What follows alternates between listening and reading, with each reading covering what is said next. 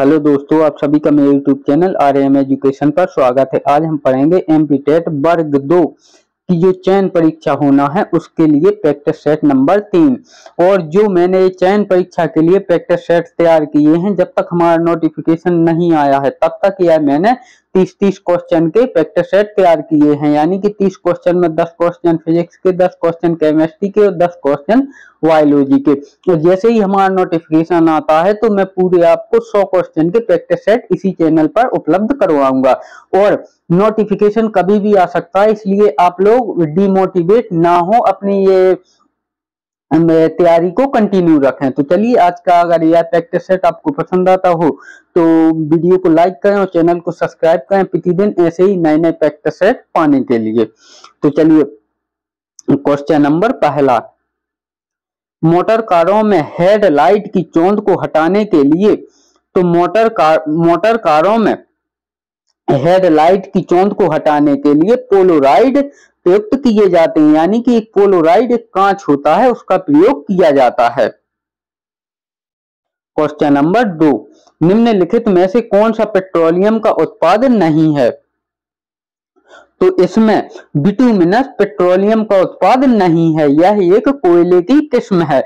बाकी सीएनजी यह भी पेट्रोलियम का उत्पाद है, पैराफिन मोम यह भी पेट्रोलियम का उत्पाद है और केरोसिन यह भी पेट्रोलियम का उत्पाद है। बाकी बिटुमिनस एक कोयले की किस्म है। Question number 3, red data book का रिकॉर्ड रखती है। तो रेड डाटा बुक संकटापन्न प्रजातियों का रिकॉर्ड रखती है। यानी कि जो रेड डाटा बुक होती है उसमें जो संकट में होते हैं जीव जंतु, जैसे कि कोई विलुप्त होने वाली प्रजाति है तो उसका रिकॉर्ड रखती है। क्वेश्चन नंबर 4, धरती से टकराने से तुरंत पहले यदि 2 किलोग्राम द्रव्यमान की वस्तु की गतिज ऊर्जा 400 जूल है तो इसे किस ऊंचाई से गिराया गया था? जी बराबर 10 मीटर प्रति सेकंड घर्षण नगण्य है। तो इसका जो राइट आंसर होगा वह होगा 20 मीटर, यानी कि उसे 20 मीटर की ऊंचाई से गिराया गया था। क्वेश्चन नंबर 5, सारिका ने अशुद्ध जल को बोतल में लिया और पता लगाने की कोशिश की कि वह विद्युत का सुचालक है या नहीं, उसे प्राप्त होने की संभावना है। तो अशुद्ध जल का मतलब होता है शुद्ध जल, जिसे डिस्टिल वाटर भी कहते हैं। जो बैटरियों में डाला जाता है उसी को अशुद्ध जल, डिस्टिल वाटर या शुद्ध जल कहा जाता है। तो यह जो विद्युत का है यह कुचालक होता है। खैर, हम अपना आंसर देखते हैं। यह एक विद्युत रोधी है, यानी कि विद्युत रोधी का है या विद्युत का कुचालक एक ही मतलब है। यानी कि जो अशुद्ध जल होता है वह विद्युत का कुचालक होता है, यानी कि यह एक विद्युत रोधी है, इसमें करंट फ्लो नहीं करता है। क्वेश्चन नंबर 6, संसार में पाए जाने वाले सबसे लंबा सर्प है। तो संसार में पाया जाने वाला सबसे लंबा सर्प है anaconda, option A. Question number 7,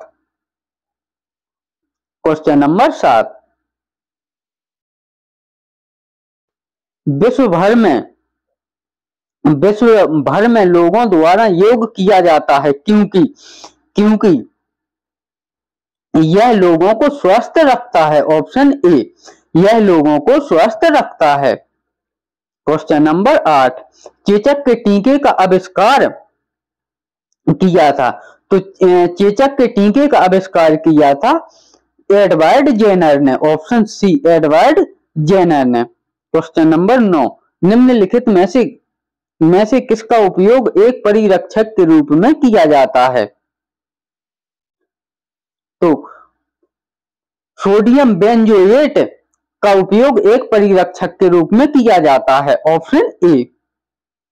question number 10, east का उपयोग के उत्पादन में किया जाता है। तो ईस्ट का उपयोग है जो वह एल्कोहल के उत्पादन में किया जाता है। यानी कि जो शराब बनती है तो उसमें जैसे अंगूर है तो उसका पहले किण्वन करवाया जाता है, तो वह ईस्ट के द्वारा करवाया जाता है। तो ईस्ट का उपयोग एल्कोहल के उत्पादन में किया जाता है, option sorry question number 11, mitochondria में एटीपी और राइबोसोम में यानी कि माइटोकॉन्ड्रिया में एटीपी की प्रक्रिया चलती है तो राइबोसोम प्रोटीन का निर्माण करता है। Option C ribosome protein, mitochondria ATP, और जैसे माइटोकॉन्ड्रिया में है इसमें 38 एटीपी से एक ग्लूकोज बनता है यानी कि उससे ऊर्जा बनती है। इसी प्रकार से जो राइबोसोम है उसमें दो प्रकार के प्रोटीन बनते हैं, एक 70S बनता है, एक 80S बनता है। तो जो हम लोग हैं यानी कि यूकेरियोटिक कोशिकाएं होती हैं इनमें 80S प्रोटीन बनता है, और जो प्रोकैरियोटिक हैं यानी कि जो जीवाणु होते हैं जो हमें नंगी आंखों से दिखाई नहीं देते हैं उनमें 70S प्रोटीन बनता है। तो राइबोसोम में उसी प्रकार से 20 अमीनो एसिड से एक प्रोटीन बनता है यानी कि माइटोकॉन्ड्रिया में क्रेब्स चक्र चलता है जिसमें 38 एटीपी से एक ग्लूकोज बनता है। इसी प्रकार से राइबोसोम में 20 अमीनो एसिड से एक प्रोटीन बनता है। तो इसका राइट आंसर है ऑप्शन सी। क्वेश्चन नंबर 12, यदि एक सरल लोलक की आवृत्ति 2 हर्ट्ज हो तो यह 16 सेकंड में कितने दोलन करेगा? तो यह 16 सेकंड में 32 दोलन करेगा। ऑप्शन सी 16 सेकंड में 32 दोलन करेगा। क्वेश्चन नंबर 13, जीन शब्द दिया था, तो जो जीन शब्द दिया था वह दिया था जोहानसन ने। ऑप्शन सी जीन शब्द दिया था वह दिया था जोहानसन ने। और जीन और जोहानसन एक से मिलते हुए शब्द हैं तो हम इसे आसानी से याद रख सकते हैं। जीन शब्द जोहानसन ने दिया था। क्वेश्चन नंबर 14, मलेरिया निम्नलिखित में से किसके काटने से होता है? तो जो मलेरिया है यह तो सभी को पता होगा कि मादा एनाफिलिज मच्छर के काटने से होता है। ऑप्शन सी मादा का अर्थ होता है, अगर शुद्ध भाषा में कहें तो स्त्री, महिला, और नर का अर्थ होता है पुरुष। तो ये तो सभी को पता है कि जो मादा होती हैं यह पुरुषों का, कहने के लिए लोग बोलते हैं कि उसकी बीवी उसका खून पीती है। तो यहाँ भी मादा एनाफिलिज मच्छर के काटने से ही मलेरिया होता है। क्वेश्चन नंबर 15, पक्षी और चमगादड़ अच्छा उड़ते हैं, चमगादड़ पक्षी से भिन्न है। तो चमगादड़ पक्षी से इसलिए भिन्न है क्योंकि इसके मध्यपट डायफ्राम के कारण। ऑप्शन बी, क्योंकि जो इसका मध्यपट होता है इसमें डायफ्राम के कारण होता है। क्वेश्चन नंबर 16, वृक्षों के तनों में रहने वाले प्राणियों को क्या कहा जाता है? तो वृक्षों के तनों में रहने वाले प्राणियों को वृक्षवासी कहा जाता है। Option A. Question number 17, typhoid उत्पन्न होता है, तो जो टाइफाइड उत्पन्न होता है वह होता है साल्मोनेला टाइफी द्वारा। ऑप्शन डी साल्मोनेला टाइफी द्वारा। क्वेश्चन नंबर 18, कार्बोहाइड्रेट हमारे शरीर में किस रूप में संचित रहते हैं? तो कार्बोहाइड्रेट हमारे शरीर में ग्लाइकोजन के रूप में संचित रहते हैं। Option B. Question number 19, cycas के प्रबाल मूल किसमें सहायक होते हैं? तो साइकस के प्रबाल मूल जल अवशोषण और नाइट्रोजन स्थिरीकरण में सहायक होते हैं। Option B. क्वेश्चन नंबर 20, धातु की शुद्धता का निर्धारण किसकी सहायता से किया जा सकता है? तो धातु की शुद्धता का निर्धारण आर्किमिडीज का सिद्धांत की सहायता से किया जा सकता है। ऑप्शन सी। क्वेश्चन नंबर 21, दो न्यूट्रॉनों के बीच आकर्षण बल उपलब्ध करा सकते हैं। तो दो न्यूट्रॉनों के बीच आकर्षण बल उपलब्ध गुरुत्वीय और नाभिकीय बल द्वारा उपलब्ध करा सकते हैं। ऑप्शन सी गुरुत्वीय और नाभिकीय। क्वेश्चन नंबर 22, आयोडीन और पोटेशियम क्लोराइड के मिश्रण से आयोडीन को अलग किया जा सकता है। तो आयोडीन और पोटेशियम क्लोराइड के मिश्रण से आयोडीन को अलग ऊर्ध्वपातन विधि द्वारा किया जा सकता है। ऑप्शन बी ऊर्ध्वपातन द्वारा। क्वेश्चन नंबर 23, नाभिकीय विखंडन में ऊर्जा किस रूप में निकलती है? तो नाभिकीय विखंडन में ऊर्जा ऊष्मा के रूप में निकलती है। ऑप्शन सी। क्वेश्चन नंबर 24, श्वेत फास्फोरस सामान्यता अंतर्गत रखा जाता है।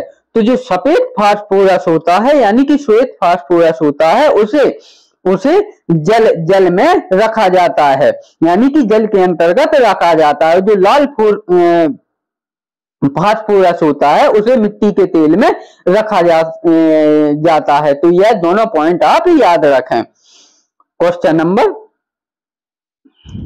25, सहसंयोजक यौगिकों के बारे में कौन सा कथन सही नहीं है? तो सहसंयोजक यौगिकों के बारे में ऑप्शन ए, यौगिक सामान्यतः द्रव और गैस होते हैं, यह तो सही है। क्वथनांक और गलनांक अल्प होते हैं, यह भी सही है। अभिक्रिया मंद होती है, यह भी सही है। लेकिन अभिक्रिया तेज होती है, यह कथन सत्य नहीं है, क्योंकि जो सहसंयोजक यौगिक हैं उनकी अभिक्रिया तेज नहीं होती है। तो इसका राइट आंसर होगा option D. Question number 26, DNA में पाई जाने वाली शर्करा। तो डीएनए में पाई जाने वाली शर्करा है hexose. Option A hexose. Question number 27, किसी जीवित देह के भीतर कोशिका ऊतक की मृत्यु को कहते हैं? तो किसी जीवित देह के भीतर कोशिका ऊतक की मृत्यु को नेक्रोसिस कहते हैं। ऑप्शन वी नेक्रोसिस कहते हैं। क्वेश्चन नंबर 28, निम्न में से कौन से समजात अंग हैं? तो इसमें घोड़े एवं आदमी के अग्रपाद समजात अंग हैं। ऑप्शन डी, यानी कि घोड़े एवं आदमी के हाथ और घोड़े के अग्रपाद यानी कि आगे वाले पांव समान समजात यानी कि समान अंग हैं। क्वेश्चन नंबर 29, जंग से बचाने के लिए लोहे से बने पानी के पाइपों पर जस्ते की परत चढ़ाने को क्या कहते हैं? तो इसे कहते हैं यस्दीकरण। ऑप्शन डी, यस्दीकरण में जस्ते की परत चढ़ा दी जाती है जिससे लोहे में जंग नहीं लगती है। क्वेश्चन नंबर 30 और आज के हमारे इस प्रैक्टिस सेट का अंतिम प्रश्न, स्लैग यह नाम किसे दिया जाता है? तो स्लैग या स्लैग यह नाम गलत कैल्शियम सिलिकेट को दिया जाता है। ऑप्शन डी, गलत कैल्शियम सिलिकेट को। इस प्रकार हमने माध्यमिक शिक्षक वर्ग 2 का प्रैक्टिस सेट नंबर 3 कंप्लीट किया। अगर यह प्रैक्टिस सेट आपको पसंद आए तो वीडियो को लाइक करें और चैनल को सब्सक्राइब करें प्रतिदिन ऐसे ही नए नए प्रैक्टिस सेट पाने के लिए। और जब तक नोटिफिकेशन नहीं आता है तो यह 30 क्वेश्चन के प्रैक्टिस सेट मिलेंगे और जैसे ही नोटिफिकेशन आता है उसके बाद आपको पूरे 100 क्वेश्चन के प्रैक्टिस सेट इसी YouTube चैनल पर मिलेंगे। तो चलिए वीडियो में अंत तक बने रहने के लिए धन्यवाद।